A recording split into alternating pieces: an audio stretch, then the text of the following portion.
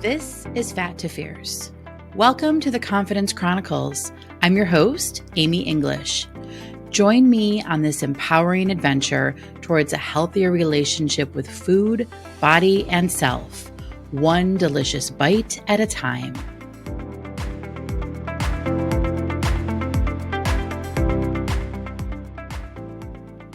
Hi there. Welcome to the Confidence Chronicles. I'm your host, Amy English, and this is episode number 58. So today we're going to talk about friendships, specifically the friendship between you and your body, and why becoming friends with your body is one of the most powerful shifts you can make. So I will invite you to go ahead and have something to take notes with, because I'm going to talk about some tools and tips that you might want to practice after this episode. All right. Especially if you're someone who has struggled with the relationship with your body. And listen, so many of us have. All right. For so many women, the relationship with their body is filled with criticism, frustration, and even shame. We're taught from a young age that our body is something to control, to fix, or to shrink in order to be acceptable. But here's the thing.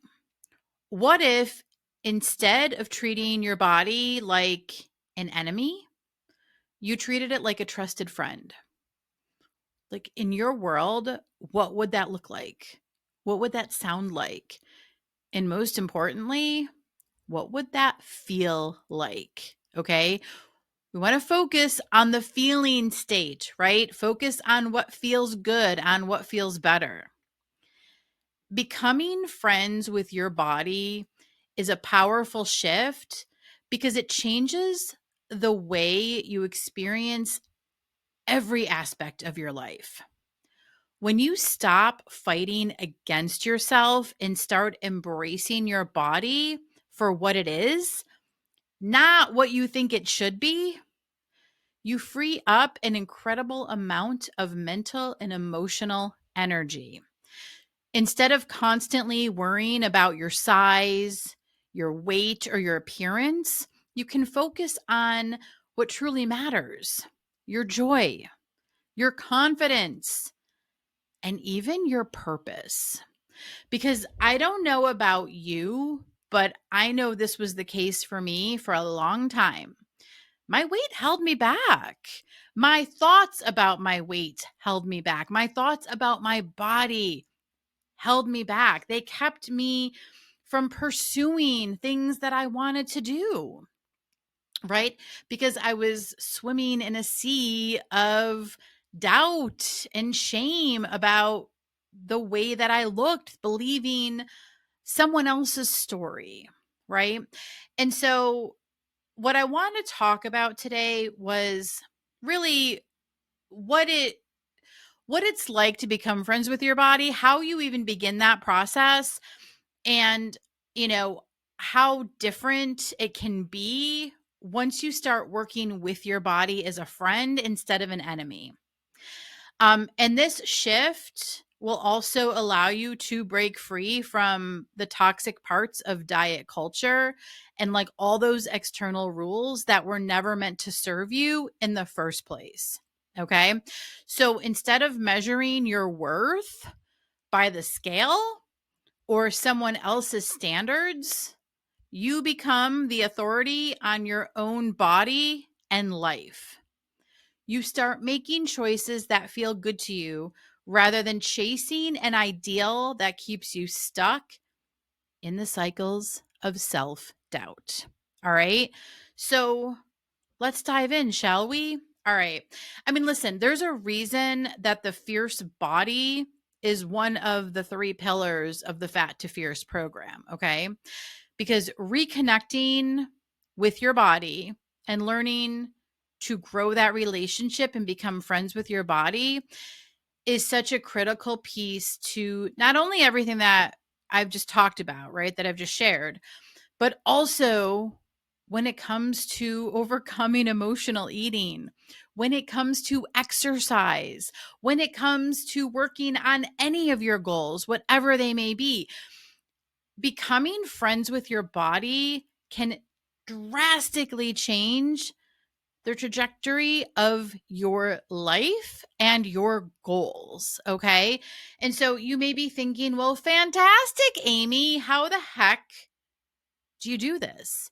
How do you become friends with your body? And I think first, what we need to realize, we really need to sink into, and I know this may not be fun, but we got to recognize that at some point in time, that we were led to believe that our bodies needed to change, right? I mean, I don't know about you. I don't think any of us come out of the womb hating our bodies or feeling shame for our bodies, right?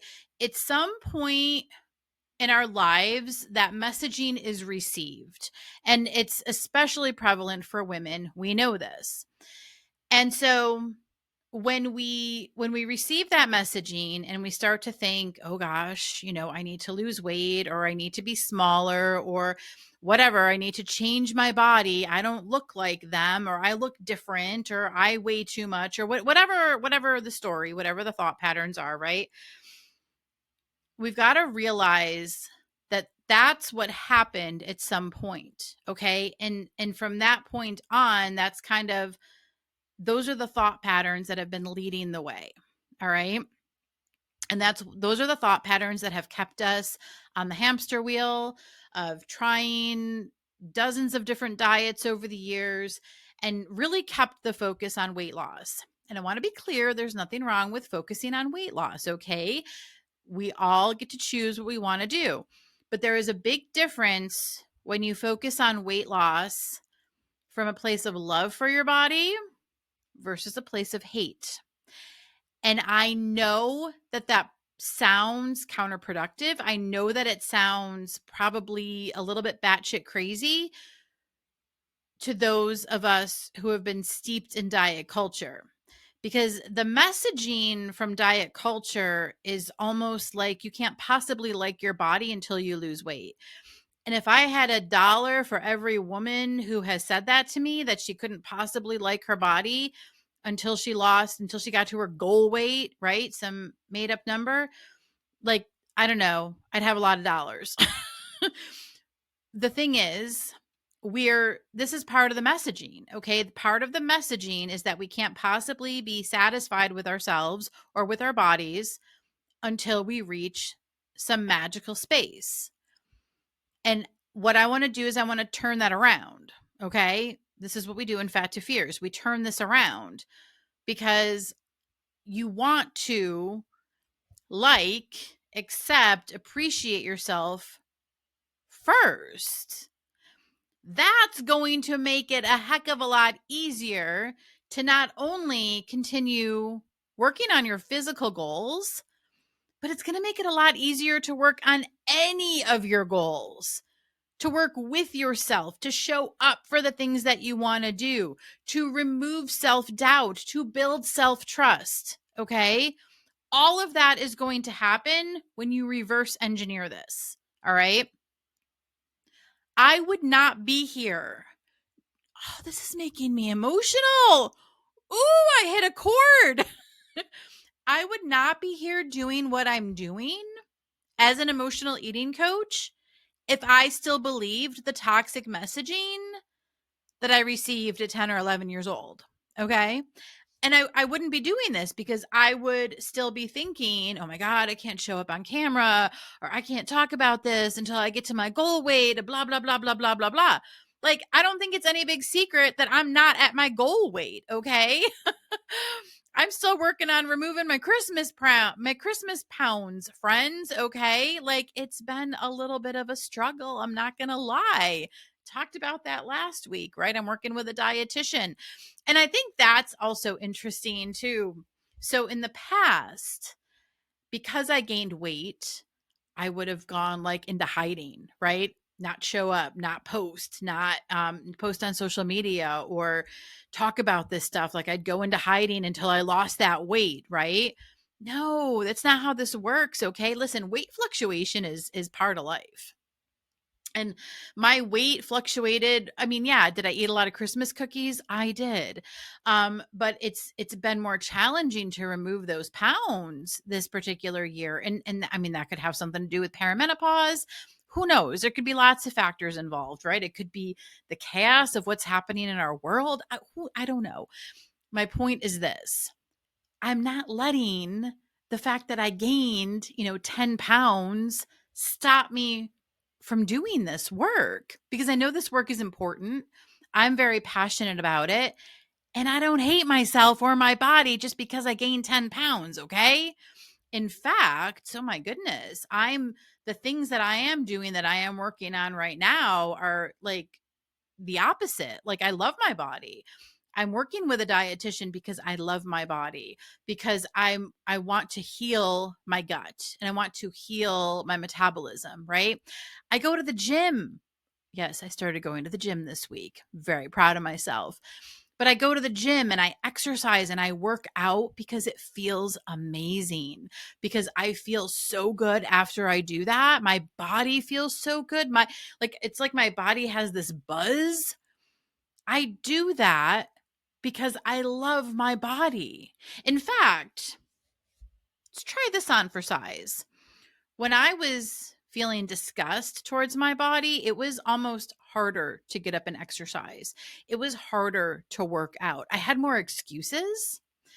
And I think that was because I didn't have the relationship I have with my body now, meaning I didn't consider how my body felt. I didn't consider that my body felt better when I did work out. Like, that wasn't a driving force, because it didn't matter, because I didn't like my body. I wasn't friends with my body. I wasn't looking out for it. I wasn't thinking about it. I was only up in my mind thinking about all the things that I wanted to change, all the things that made me feel terrible about myself and my body. And that just kept me swimming in a sea of despair, not doing the things, taking the actions that feel good. Okay. So hopefully I'm articulating this in a way that makes sense, where you can see the difference when you are, number one, connected with your body, meaning you're feeling like you're paying attention to how your body feels. Okay. Paying attention to how it feels physically, paying attention to how it feels when you eat certain foods. Like, try this on for size. How many times am I going to say that today? All right, listen. Let's talk about food for just a second. Think of two different types of food. I want you to think of a power food and a pleasure food. Ooh, I wish I could remember what episode we talked about this on. Anyway, it's in the beginning. Power food are your foods that are like your lean proteins, your fresh veggies, the things you get on the outer perimeter of the grocery store. Okay. I like to think of Popeye with his spinach. Okay. That's a power food. Pleasure foods are your pizza, your chicken wings, your hamburgers, french fries, ice cream, chocolate, cake, all that kind of stuff, right? Your more indulgent treats, or whatever you want to call them. So I just want you to think about this for a second. Imagine eating a power food, or really think about the last time you ate a power food and how you felt physically after eating that power food. Okay. So for me, I can think of this morning, I had a protein shake with my coffee, right? That is what I would consider a power food.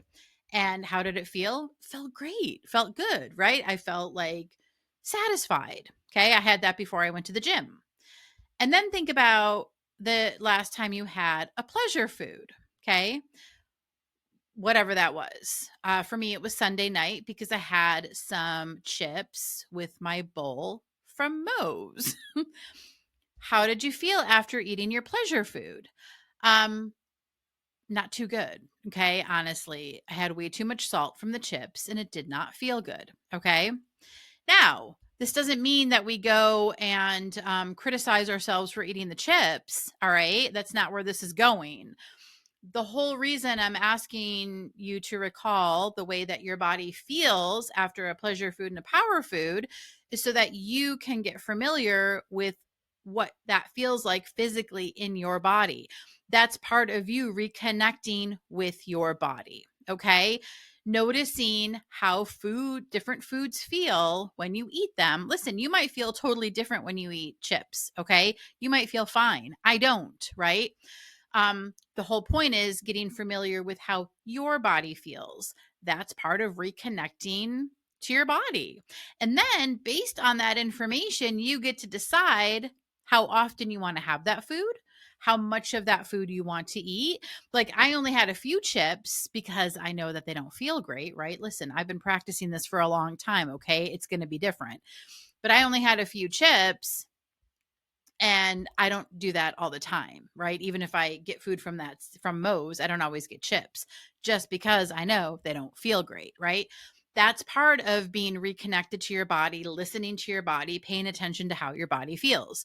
The same is true when we're talking about the hunger scale, right? Recognizing what your body feels like physically when you're hungry. What does that, not mentally, not emotionally, physically? What does your physical hunger feel like? If you don't know, you might want to start to get familiar with that, right? That's part of reconnecting with your body. Okay.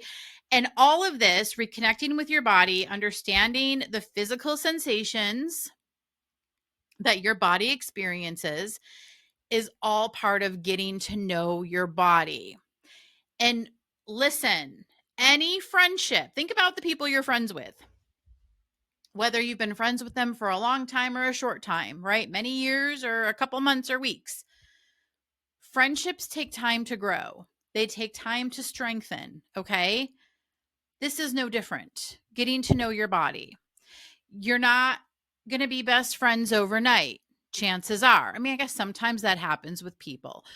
And maybe this could happen with your body. That wasn't the case for me. Relationships, friendships take time to grow. There's a nurturing involved. There's a trust that needs to be built, okay? It's no different with your body. But what I can tell you is that when you start to do this, when you start to work on this, when you start to get to know your body and start to build this friendship, it is going to serve you in so many ways.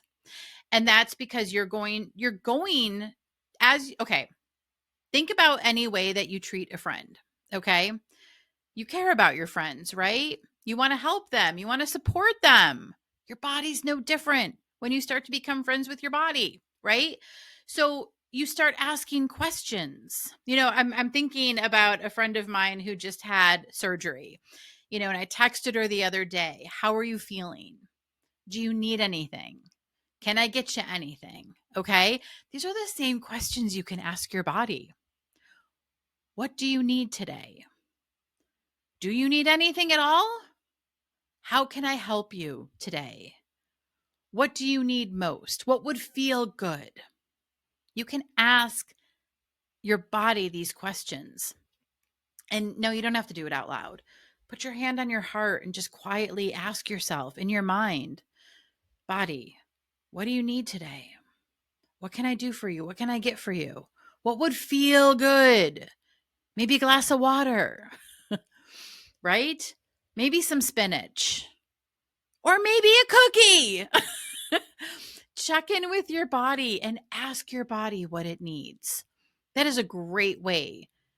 And then here's the thing. Wait, that's a great way to get to know your body. But then depending on what the answer that you get, then give your body that thing, right? Like, so if it is like more water, like, here's the thing too, like, just notice whatever answer pops up. Okay. So as you're starting, and a good way to do this is really just like sit down in a chair with your feet on the floor, place your hand on your heart, take a few deep breaths. Okay. You might want to come back to this after you've listened to the whole episode. All right. But just put your hand on your heart, take a few deep breaths, and just start to notice your physical form. Start at the top of your head. Notice how the top of your head feels right now. Just put your attention there, put your focus there, and notice how it feels. And then just do a full body scan. Scan down your forehead. Notice your nose and your cheeks and your mouth. Notice your chin, your neck, your shoulders. How do your shoulders feel? Mine are wicked sore right now because of the exercises I was doing at the gym. But how do your shoulders feel right now? If they're hunched up and close to your ears, just let them fall. Soften them a little bit. Notice how that feels. Feel your arms, your hands. Go ahead and wiggle your fingers and just notice how they feel. And then place your attention on your chest and moving down to your stomach and your seat, your tush, and your chair. How does it feel? Move down your legs, your thighs and your knees and your calves and your ankles and your feet. Go ahead and wiggle your toes. Notice how they feel. Are they warm? Are they cold? Or do they just feel right? Just notice, okay? What we did right there is just a full body scan to tune into your body and notice how your body feels, okay? And once you've done that and you've scanned your entire body to notice anywhere you have tension and just gently soften it, okay? Once you've done that, then ask the question, body, what do you need today? What do you need right now? What would feel good? What would feel better? What can I do for you? And just notice whatever sensations you're feeling when you ask those questions. And pay attention to any answers that pop up because it might be an extra glass of water, right? Or it might be some stretching, or maybe a nice gentle walk, or a trip to the gym. Who knows, right? Everybody's different. Your body's going to tell you what it needs. Maybe it needs to go to bed earlier tonight. Maybe some extra rest would feel good, right? Maybe it is a cup of coffee to have a little bit of caffeine. I don't know. You do you, right? Figure out what your body is saying. The whole point in this is you getting reconnected, reacquainted with your body so that you can start to pay attention. And what I want to say to anyone who is thinking that they cannot possibly reconnect with their body, or they just feel so much disgust for the way that they look right now, today, in this moment. First of all, I understand. I've been there before. What I would offer is like, what is one thing that you could think today that just feels a little bit better? Because I don't know about you, but feeling like the thought, like I hate my body, or I hate where I'm at right now, or I hate the way that I look, or how did I let myself get to this point, or how did I gain this weight, or all of that line of thinking, when I even say those words right now in this episode, I feel a knot in my stomach. Like it just does not feel good. I feel a little nauseous. It feels a little tight. Okay. This is how I know. Well, first of all, this is how I know those are lies.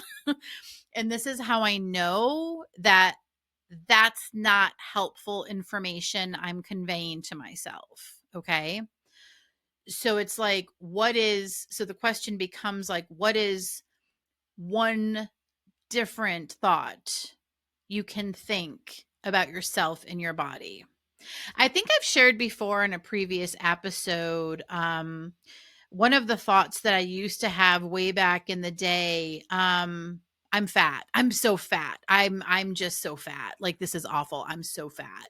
Like that used to be a very real way that I used to think about my body.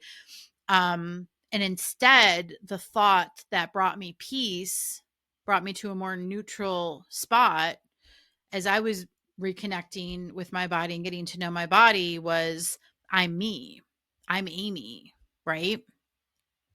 That was enough to be like, oh yeah, no, my identity is not fat. My identity is me. I'm me, right? That had such a profound shift in quieting the negative train of thoughts, right?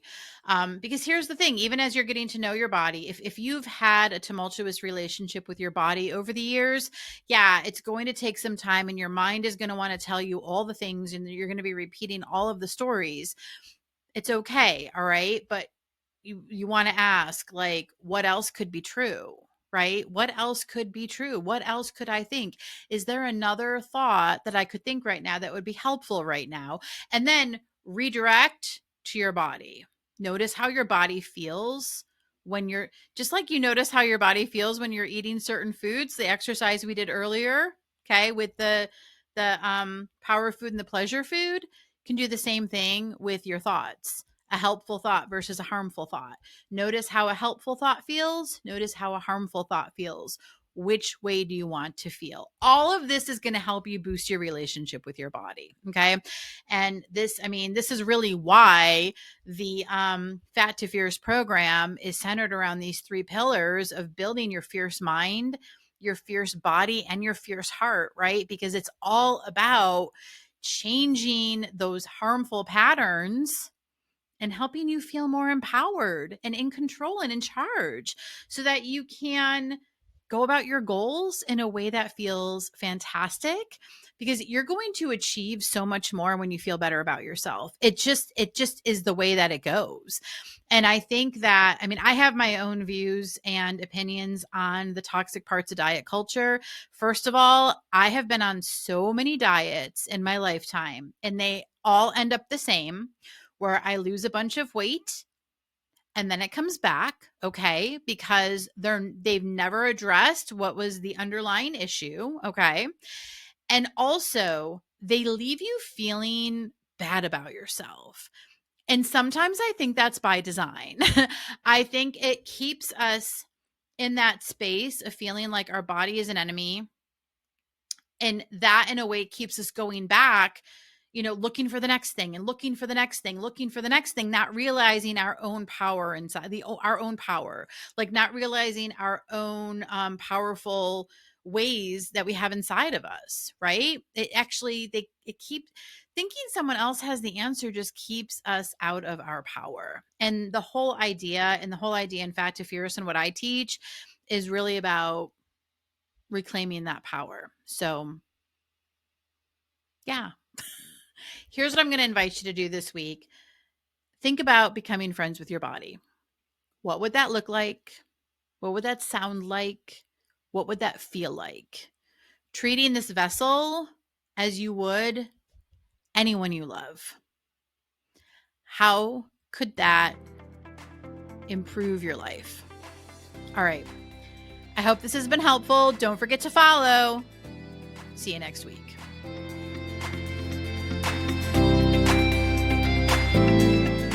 Are you ready to break free from stress eating and body shaming?